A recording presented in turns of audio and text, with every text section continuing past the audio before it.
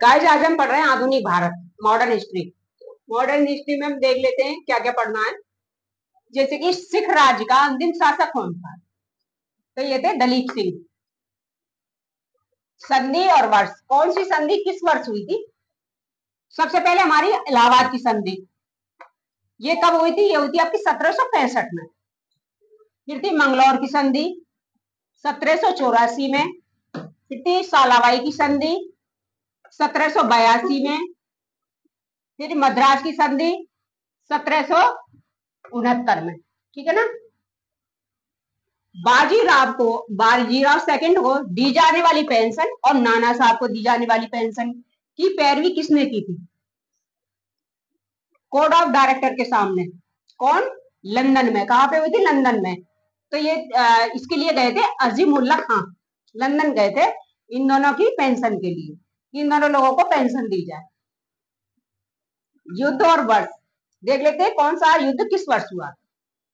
सबसे पहले द्वितीय आंग्ल मैसूर युद्ध, अंग्रेजों के बीच में और मैसूर के बीच में जो युद्ध हुआ था, सेकंड 1780 से 84 के बीच में हुआ था ईस्वी में। ठीक है।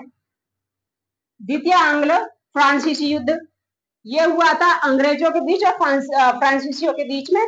कब? 1750 से लेकर के 1754 ईस्वी के बीच। फिर है सेकंड आंग्ल मराठा युद्ध, यानी कि सेकंड मराठा और अंग्रेजों के बीच जो युद्ध हुआ था 1803 से लेकर के 1805 ईस्वी तक। फिर है द्वितीय आंग्ल अफगान युद्ध, ये अंग्रेजों और अफगानों के बीच हुआ था। ये कब हुआ था आपका?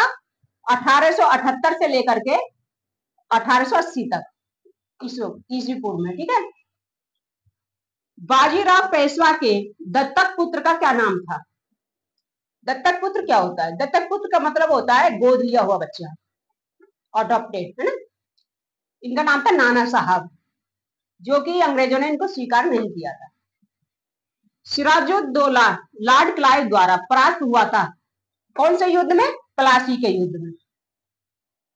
19वीं शताब्दी में भारत की ओर से विस्तार का डर एंग्लो अफगान संबंधों का आधार था रूस।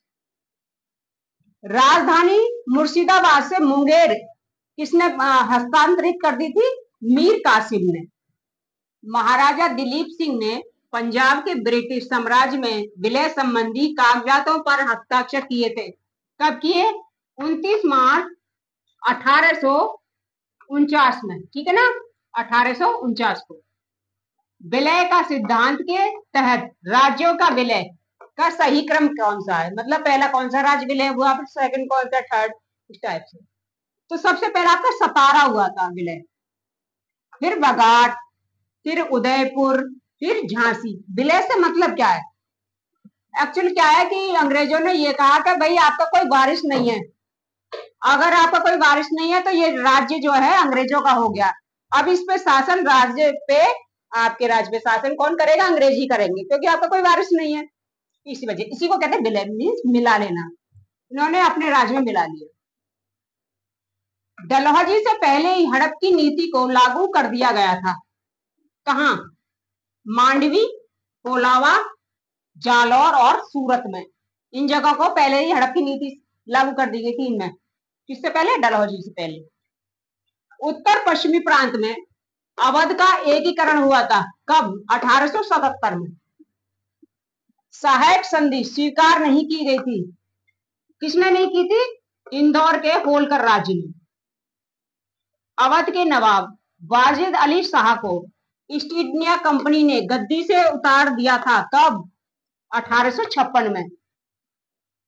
लॉर्ड डलहौजी ने कुशासन के आधार पर अवध का विलय कर लिया था। कब? 1856 में अपने राज्य में मिला लिया था। ठीक है ना, कि आप सही राज नहीं कर पा रहे हो, जनता को सही नहीं देख पा रहे हो, आपसे शासन करने के लायक नहीं हो। अब शासन कौन करेंगे? अंग्रेज। कब कर लिया था? 1856 में। रिंग फेस की नीति से नाम जुड़ा है किसका? वॉरेन हेस्टिंग का। धर्मार्थ बंदोबस्त अधिनियम पारित किया गया था सन 1890 ईस्वी में। भारतीय सिविल सेवा के लिए अलग परीक्षा का प्रावधान किया गया था, जो होनी थी भारत में। कब? 1919 में। Okay, thank you very much.